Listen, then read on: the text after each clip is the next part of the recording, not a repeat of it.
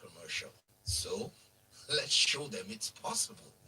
You see, beyond any possible shadow of doubt, it's possible to shop from over 100 international stores on QuickTeller Global Mall. Cool, right?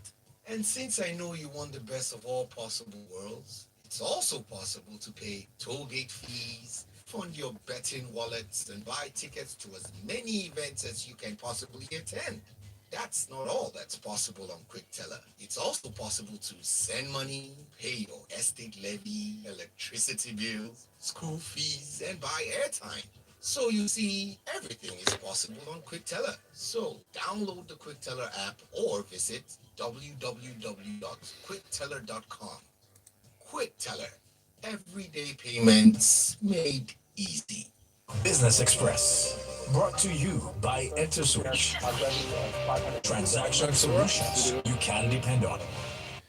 It is time for us to talk business with Rotus, and he's live in the studio. Hey, Rotus, how you Good doing? morning, sir, and good morning to everyone out there on our Love Music, Love Life station. That's right. Yes, That's indeed. right. Stay Yes, with indeed. us and have this conversation with us with WhatsApp as a platform. Send it to 0809 444 as your send your messages to that number 0809 We're streaming live on YouTube. Hi YouTube. Log on. Just type Smith 981 FM Lagos. Subscribe and watch. Yes, indeed. So we start off, kick off with the Central Bank of Nigeria. They've released guidelines on GSI, which is a global standing instruction. So, bankers committee meeting, they met, they talked about it. This guidelines, they aim to do three things. Number one, improve the credit repayment culture in Nigeria. Number two, reducing NPLs, which is non-performing loans. And number three, watch listing consistent loan defaulters. So this is all about recovering loans. It's COVID-19 period. People are losing jobs and salaries are being cut. So it's a good time to try and make sure that you can shore up as many loans as possible. In fact, Q2 season kicked off with earnings in the United States. JP Morgan, Wells Fargo, and Citigroup released the results. All of them see their credit impairments in the billions. That is the money they're putting aside for bad loans. But for Nigeria now, what essentially the central bank has done, they are incorporating NIBS, the Nigerian Interbank Settlement System, which tracks, facilitates the structure for electronic payments. They're like, hey, NIBS, help us out.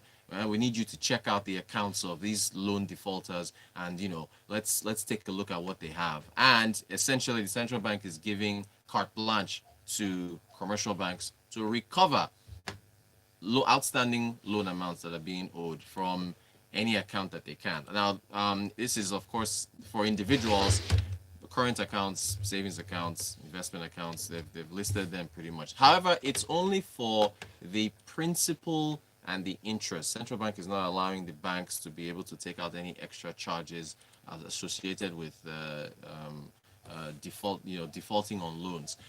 So it is a good development on on the side of on the regulatory side. Yes, it's good because you're trying to protect the commercial banks. You can't borrow money and then you have one account where you borrow the money from. They're supposed to be paying back the loan. No money is there, but you have another account somewhere else, and then you're still living large. They should be able to go into that account and take their money back. If you were in the same position and you were a lender and someone borrowed money from you and they weren't paying back yet, you're seeing them balling out of control.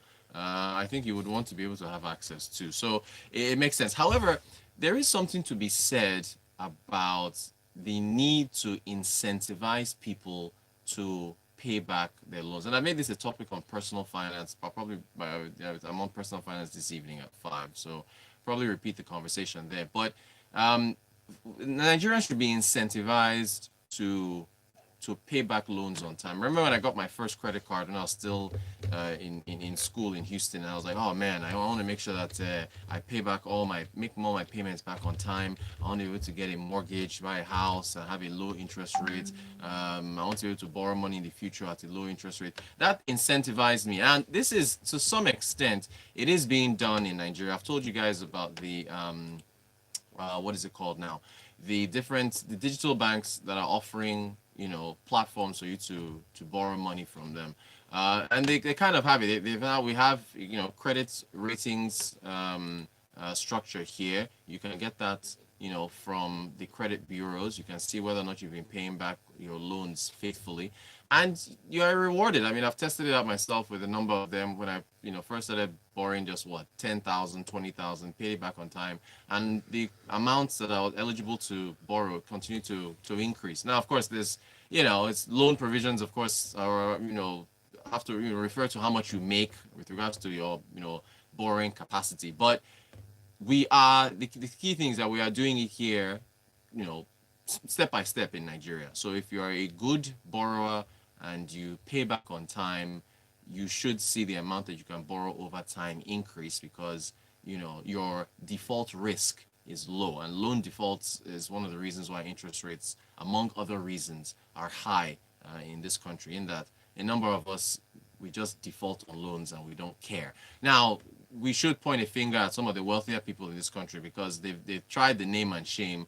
That didn't work. In fact, somebody told me, what was this joke that someone told me, that some big man, his name was published on a list, and he calls, is it the bank, and he says, hey, you say I'm owing you 23 billion, but this other guy is owing 25. No, actually it should be 27 billion. It should be the highest on the list. So it became like a thing, it became a bragging thing. Right. Yeah, bragging rights. I'm owing 30 billion, you're owing only 25. So Yep. it's there's no shame, unfortunately. And so CBN now is like, okay, fine, no shame. Okay, if you want to, we'll just take the money from whichever account we can get. Again, this was aimed at individuals. I don't believe the GSI global standing instruction has been updated for corporates yet, but they got to do that. So it's a good one on the central bank to try and make sure that we can recover loans. But again, let's try to as far as the bank is concerned, incentivize Nigerians more to where they can actually see a reflection on borrowing practice reflected in interest rates. All I've talked about now is being able to borrow more money, but what about the cost of borrowing? If you can, get rewarded the way it's done in South Africa, in the West, where if you pay back your loans on time, you can get a lower interest rate over time. That will work. But then when we now enter interest rates, and I'll talk about the cost of doing business here and all the issues that we've been facing.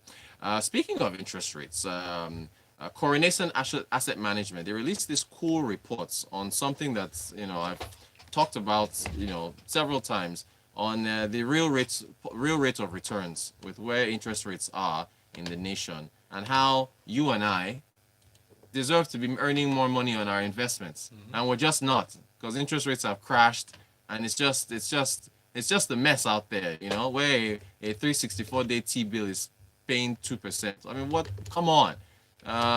Where is that their report now? So they essentially looked, in fact, interestingly enough, when T-bill rates were doing sexy double digits back then, we were beating inflation. So they look, there's a chart here. I think Nairametrics has this on their site, and I'll probably tweet the report. You can take a look. It's a short report. What is it, about 10 pages? Not too long.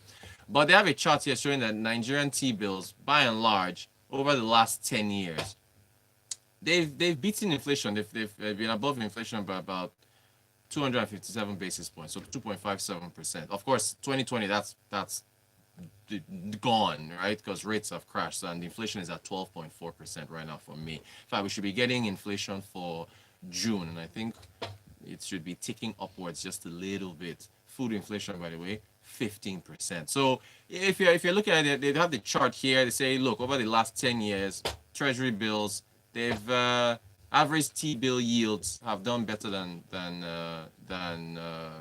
inflation. But now where are we at? So what do we do? They were looking at, where's the next chart? They were like, okay, do you target inflation or target currency? So what they were saying is, in their approach was to target long-term currency depreciation rather than inflation. So that's to say, what long-term return would you need to make in Naira over the next 10 years to make up for a devaluation? As you know, it's rumor. I mean, look at the parallel markets at 460. Exchange rates. I mean, the CBN has to, commendable. They started moving gradually to unifying the exchange rate. So generally, I&E window, the SMIS window, the official exchange. Well, official for FMDQ is still on the official CBN website. It's still 360, but 380, 388, 380 something.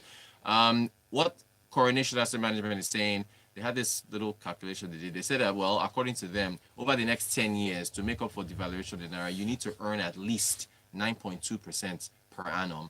And they included the average rates available on US dollar bonds issued by the government of Nigeria, so Euro bonds. They averaged out to 5.5%. So they added the two, 9.2 and 5.5, and came out to 14.7%. So to cover yourself for the next 10 years, inclusive of any devaluation, you've got to be earning at least 14.7%, almost, you can approximate to almost 15% per annum to cover yourself. And now the question is, so it's easy to tell us what the rate is. The hard part is, where do you get that rate? So they didn't tell us that one. So that's always, all this analysis is always cool to do. When you tell people where to find, that's the. But although there's one digital platform that is offering, no, I think about 15.5 for a full year, but that's because they lend at higher rates, so they have a good spread on that. But I want people to think about this constantly. Yeah, if your real rate of return is it's mine too. It's negative, right? If you're subtracting what you earn on savings and investments from inflation. So nice report here from Coronation Asset Management. You guys should take a look and read it. We have messages. Messages. Here. All right, cool. Benga Kamu says, Rotis, it's good to recover loans from defaulters. Our people are bad debtors. I sold shirts as a side hustle once. Until tomorrow, some people are still owing me. Goodness. This was years ago. Them no go pay finish. See, he extended credit to, and that's a good move in order to try and get market share, which it backfired on him. Sorry about So that. if all current windows are closed on Forex, you can be sure a new one will soon be open. This is Nigeria. Benga, be optimistic. We have to have a unified single exchange rate in this country for transparency for everybody. But let's keep our fingers crossed. Ugo from Sierra Leone says, good morning, Rotis. Some of these unrepentant debtors have multiple loans with different banks. How will the GSI work in that instance? Which bank will have the right claim to the funds for liquidation? Great one. Ugo, it's all the banks. So the central bank has said, look, you can work with NIBS. NIBS, of course, is on the background. They can track all these things. So if you have 20, 30 loans, if you're owing on all 20, 30, NIBS is going to facilitate the banks to be able to look at all the individual accounts owed by the loan defaulter and say, where can we collect money? Because you see, that's the thing. You have to have an account somewhere, and you have to be. You are eating, you are transportation, you are doing something. There's money somewhere there's an expense account there's an expense. So they will find it and they will debit the amount that is being owed. That's essentially how they're doing it. Henry says credit scores induced reduction is an interest will be a good incentive, but even the base rate is a massive disincentive to borrow. Henry, thank you. That is what we face in dear Nigeria. And Benga, okay, yeah, we already this. So that's the thing. So again, interest rate environment. I remember when Kenya, Uhuru Kenyatta, president of Kenya, I remember when he forcefully capped rates in Kenya. I was like, okay, you can't increase rates past this level, but he had to backtrack on it. There was pressure from the system because they're like, you're trying to force a particular rate on banks. It's not going to work, and so on and so forth. I was thinking about maybe that could work here, but nah, it's not. You can't go against market forces until the environment just has to improve in order for us to move forward. Real quick, MTN Uganda. I'm going to start bringing in African stories here and there. The Ugandan government has asked MTN Uganda as a condition to extending their license. They had a 20-year license which they started operating in 1998, 2000, and expired in 2018.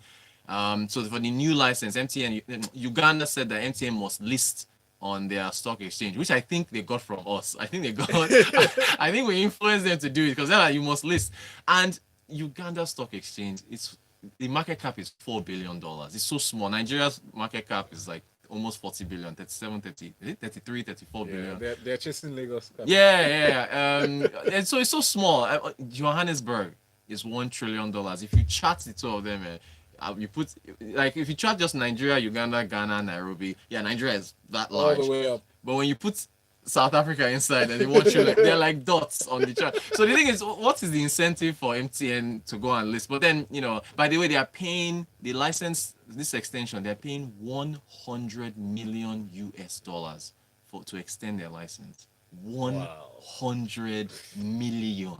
That's Hi! massive. Goodness me. So anyway, Good revenue for that's the country. exactly. So I think Thank they're you, going to Otis. go ahead and list them. That's our news, man. That's what's been Yep, going on. that's what we got. Now, this final message from Inka says, I think Nigerians need more enlightenment on taking loans. I still have people, my wife inclusive, who still think loans are bad. I have a good credit score that gives me access to emergency 500K. Nice. Thank Yinka, you. that's the way. Yinka, that's the emergency loans. That's the move. Yes, and Dyer thinks that we need an effective credit report agency. We do. We actually have them. They We just, do. but they're like CRC Credit Bureau and others. They're doing well. They just have to improve on what they're doing. But we're getting there, Dio. Thank you all for your messages. It's 6:45, guys. More music comes up next until 7:30. Welcome back for Freshly Pressed 91. Thank you, Rotus. Thank you. And go to youtube.com/Smooth 91 FM Lagos to watch any part of Business Express you missed. Thank you, sir. Transaction solutions you can depend on. Is it possible for someone to die